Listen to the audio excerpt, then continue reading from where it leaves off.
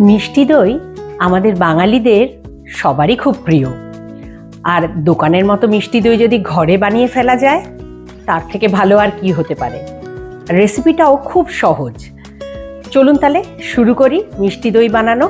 সবার আগে আমি উপকরণগুলো দেখিয়ে দিই। আমি এখানে নিয়ে নিয়েছি 360 গ্রাম গ্রিক ইয়োগার্ট, আর মোটামুটি ওই সমপরিমাণেরই নর্মাল ইয়োগার্ট। তার সাথে আমি নিয়েছি সেই 1 কাপ ফুল ফ্যাট মিল্ক, তার সাথে আছে 1 টিন কনডেন্স মিল্ক, আর নিয়েছি আমি নলেন গুড়। আমার কাছে ছিল তাই নিয়েছি। এটা অপশনাল নলেন গুড়টা।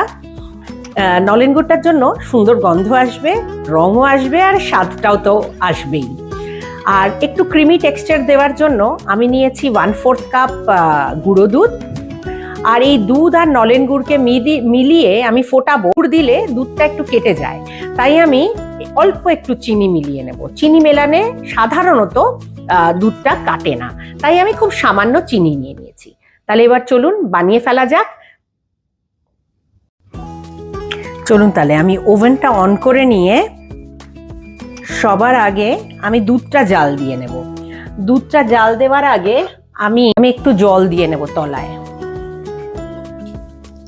তাহলে জেনারেলি দুধটা লেগে যায় না। একটু জল দিয়ে তাতে আমি আমার ওই 1 কাপ দুধ যেটা রেখেছিলাম সেটা মিলিয়ে দিলাম। এবার এই ঠান্ডা অবস্থাতেই আমি এর মধ্যে 1/4 কাপ গুঁড়ো দুধটাও মিলিয়ে দেব। মিলিয়ে দিয়ে এবার আমি এটাকে অনবরত নাড়াতে থাকবো।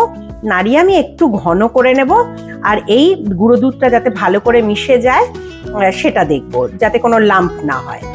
আর একটু গুঁড়ো দুধ দিলে কি হয়, খুব তাড়াতাড়ি দুধটা একটু ঘন হয়ে যায়, আর দইয়ের মধ্যেও একটু ক্রিমি টেক্সচার আসে।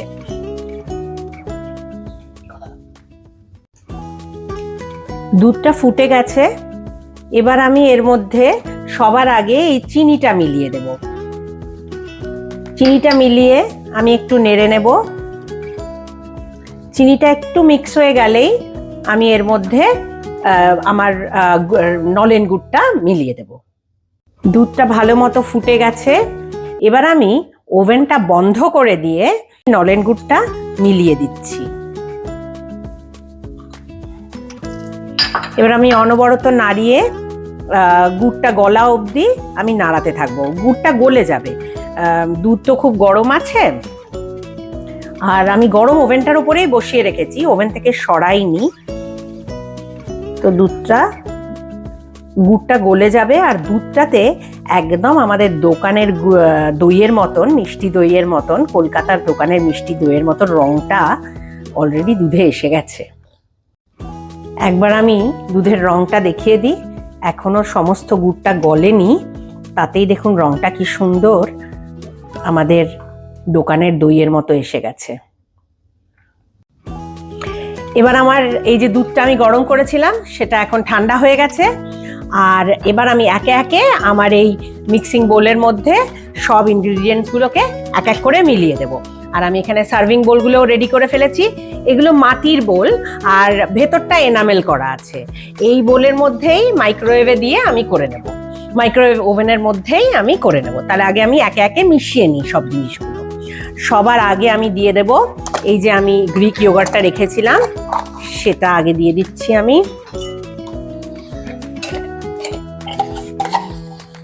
গ্রিক ইয়োগার্টে জেনারেলি জল থাকে না, আমার এটা অনেকক্ষণ রাখা রয়েছে বাইরে বলে বোধহয় একটু জল হয়ে গেছে, কোনো অসুবিধা হবে না।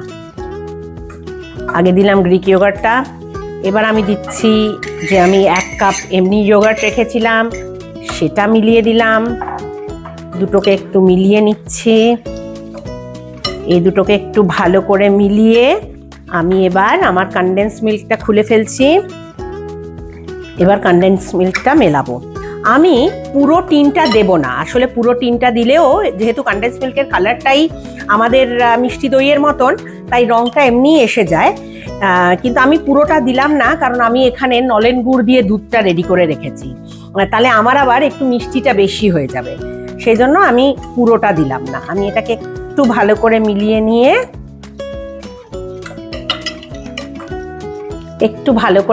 নিয়ে আমি এবার আমার এই তৈরি করে রাখা দুধটাও এর সাথে মিলিয়ে দিচ্ছি। দিয়ে আমি এই সমস্ত উপকরণগুলোকে খুব ভালো করে মিলিয়ে নেব। আমি একটা ফোর্ক নিয়ে নিয়েছি, একটা ফোর্ক দিয়ে আমি মিলিয়ে নিলাম।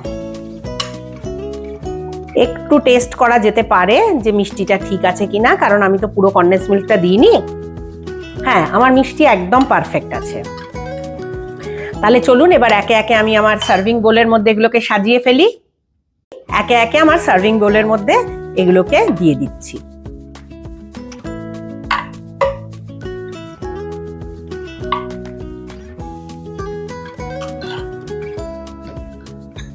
এভাবে আমি প্রত্যেকটার মধ্যেই সুন্দর করে ভরে দিয়ে দেব।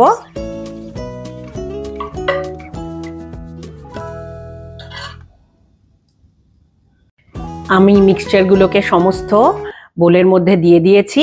এবার আমি মাইক্রোওয়েভ ওভেনের মধ্যে এগুলোকে একে একে সাজিয়ে দেব। তাহলে এবার দইগুলো আমি একে একে মাইক্রোওয়েভে দিয়ে দিচ্ছি, ঠিক আছে? তাহলে আমি একটু সাজিয়ে দিচ্ছি। ভেতরে দেখি একসাথে 6টা বাটি যায় কিনা। 6টা না গেলে প্রথমবারে 4টে দেব।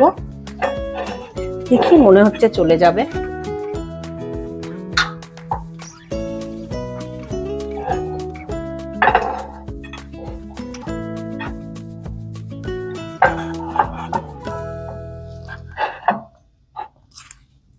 আমি সবকটা বাটিকেই আমি ভেতরে সাজিয়ে দিয়েছি, ঠিক আছে? এবার আমি এটা চালিয়ে দিচ্ছি, অন করে দিচ্ছি। আমার ওভেনে আমি এটাকে 10 মিনিট সময় দেব। 10 মিনিট সময় দিলাম। আর আমি পাওয়ার লেভেলটা দিচ্ছি 5। আমার পাওয়ার লেভেল 9 অবধি আছে, আমি 5-এ দিলাম। মানে সেটা আপনার পাওয়ার ম্যাক্সিমাম পাওয়ার লেভেলের থেকে মিডিয়াম মাঝামাঝি পাওয়ার লেভেলে দিয়ে আমি এটাকে চালু করে দিলাম 10 মিনিটের জন্য। এবার 10 মিনিট পরে ফিরে এসে আমি দেখাচ্ছি কেমন দইটা জমলো। 10 মিনিট হয়ে গেছে, দইটা মোটামুটি জমে গেছে। একটু কাছে নিলে দেখতে পাবেন জমে গেছে। তবে আমি এখন এটাকে ধরবো না, আমি এটা রেখে দেব আরো 1 ঘন্টা এমনইভাবে এর ভেতরে, তাতে আরো একটু ভালো সেট হয়ে যাবে। তারপরে নিয়ে এটাকে আমি ফ্রিজে রেখে দেব মিনিমাম 1 ঘন্টা। দইটা ঠান্ডা সার্ভ করলেই ভালো লাগে, তারপর সার্ভ করব। দই তৈরি হয়ে গেছে, অনিন্দিতা আমাকে সার্ভ করে দিয়েছে। দেখতে দারুণ হয়েছে, খেতেও মনে হচ্ছে দারুণ হবে। অনিন্দিতা একটু ক্লোজে দেখাও কি সুন্দর কালারটা এসছে। এবার আমি একটু করে কাটি। বাহ, দারুণ জমেছে তো। এটা না খেয়ে থাকতে পারছি না।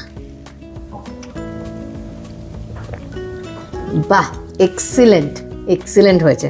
Thank you. আচ্ছা, আজকে তো দই খেলাম এত সুন্দর, আপনাদেরকেও দেখালাম। তাহলে একটা জিনিস করতে হবে কিন্তু, কি বলুন তো? Like, share and subscribe to সহচুরি.ph1। Tata, by.